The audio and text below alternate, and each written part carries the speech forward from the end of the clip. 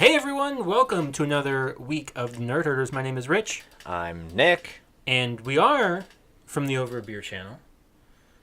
So we're doing what we do every week. Try to take over the world. No, we're drinking a beer. What are we drinking? Well, this week we are drinking from, who brews this thing? It's, Is it just Kentucky? I think it's Kentucky. From Kentucky. The entire state brews this. I mean, it's KentuckyAle.com, so I imagine it's... Okay, so the entire state, once again. Oh, it's All-Tex Lexington Brewing Co. from Lexington, Kentucky. From those assholes. The old-fashioned barrel ale. Mm-hmm. Old-fashioned barrel ale. Ale brewed with cherries and orange peel, aged in oak bourbon and bitter barrels. Now, I'm excited about this because I'm a big fan of the Kentucky Bourbon Barrel Ale beer. Have you had that? Maybe. And then since that, they've done, like, different types of bourbon beer. So an old-fashioned one I'm pretty excited about. All right, let's try it.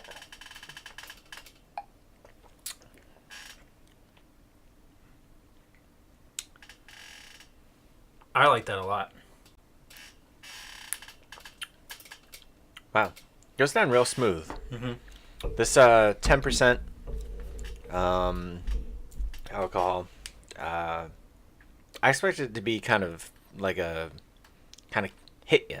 Okay. And it doesn't. It goes down real smooth. That's Yeah. good. It's nice. Good job, old-fashioned barrel ale. What character you think would drink this? On his days off, Mm-hmm. when he doesn't have to deal with the deep fryer, Colonel Sanders Oh, wow, okay. and his Kentucky Fried Chicken. That makes sense. Yeah. I think, And Foghorn Leghorn. I was going to say Mr. Ed, because there's a horse on it. And he was always getting into wacky stuff, and maybe he's got, like, a little, like... Hijinks? Yeah, he's always getting in hijinks. Maybe he's got, like, a top hat or something hanging back, drinking his old-fashioned beer. Wilbur, I need my Kentucky old-fashioned. Do you think in the mid to late 90s when skater kids who wore jinkos would get high and do crazy things, they called those high jinkos? Hey! That's what we do here. So until next time. No, but today we're talking about movie news. Yeah. So what do you got for us? What's happening in the movie world, Nick? It's our top story. Some interesting stuff happened this week. There's Okay. there's no lie about that. We used to do the top 5 stories. We could have done that this week, but we moved to top story. And there's one story in particular that just broke today as we're recording this. Old news to you at this point, but we're going to talk about it.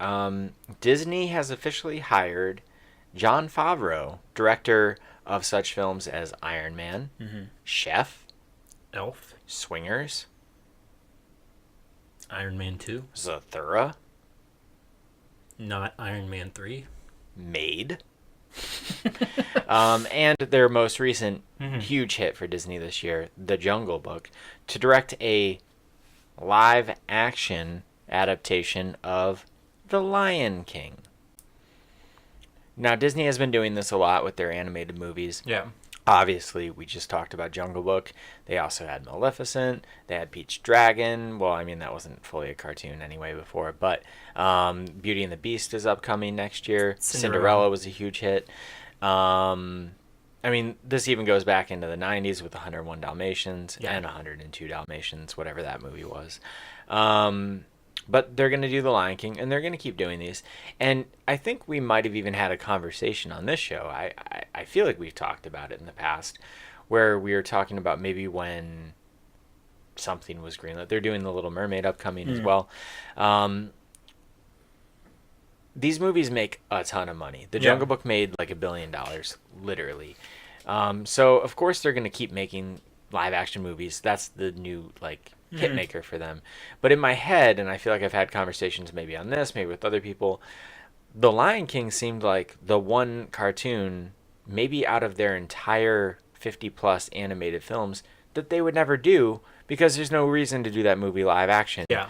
Because there are no people in it. Aladdin, that'd be awesome. That would be incredible. I really liked The Jungle Book. You saw it. Oh, the Jungle Book was awesome. Okay. It's got Mowgli. Yeah. Had a reason to be live action. Why? Mermaid's got a reason. What does that mean, The Lion King in live action? Because you have to assume they're bringing Favreau on to do what he did with Jungle Book. Now, Jungle Book, the jungle looked real. Yeah. But it wasn't. But it looked incredible. It looked amazing, but it was all CGI. So it was really only the kid on a green or blue screen stage with the camera moving around him, dealing in all CGI. So really, it's gonna be the Jungle Book minus. It's gonna be Jon Favreau in a green room, running around with a camera. And then the movie's gonna happen. What does that mean, live action? Maybe they'll mocap some lions. You'll see some pictures, like footage of like lions in like mocap suits. See, that's what I was trying. I don't know. But I don't actually know if the animals in Jungle Book were motion captured. I don't think they were. Probably not. Because I know for a fact it wasn't Scarlett Johansson being the snake. And it wasn't. She was just wrapped up in a Idris tree. And Elba. Yeah, no, that's not what happened. So it's not like they're just gonna have whoever they get. Maybe Matthew Broderick will still voice Simba and Jonathan Taylor Thomas, young Simba. See, if you're gonna go that far, then there's no. It won't be. It's gonna be new people. Yeah. But what is this? It'll be awesome, probably. I'm definitely interested in it because of what he did with the Jungle Book and how well it worked. It'll probably be great, but I just don't call it live action. It's going to be a CGI, edgier version of The Lion King. Probably with less songs, like Jungle Book had less songs. But what is it? Don't call it live action. It's going to look live action. Yeah. I would assume none of it will be live action. Unless they go to Africa and they film on real locations. Sure, and they might do that for parts of it, for establishing shots or things like that, but overall, why would you bother if you could make it look how Jungle Book looked? Shooting in a parking lot in Los Angeles like you said they did. And then you think about how good Jungle Book looked, fast forward a few more years, yeah, and how much better. He's still attached to develop and make Jungle Book 2.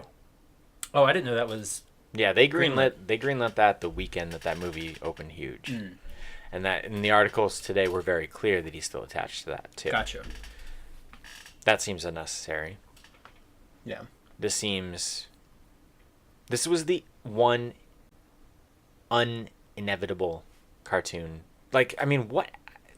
Maybe The Fox and the Hound would be another one that wouldn't make sense to do. I mean, at least there's people in The Fox and the Hound. Yeah, that's the thing. Like, I can't think of another one like The Lion King where it just would make no sense to make live action. Yeah, I agree. Any of the other one. I mean, Great Mouse Detective. Yeah.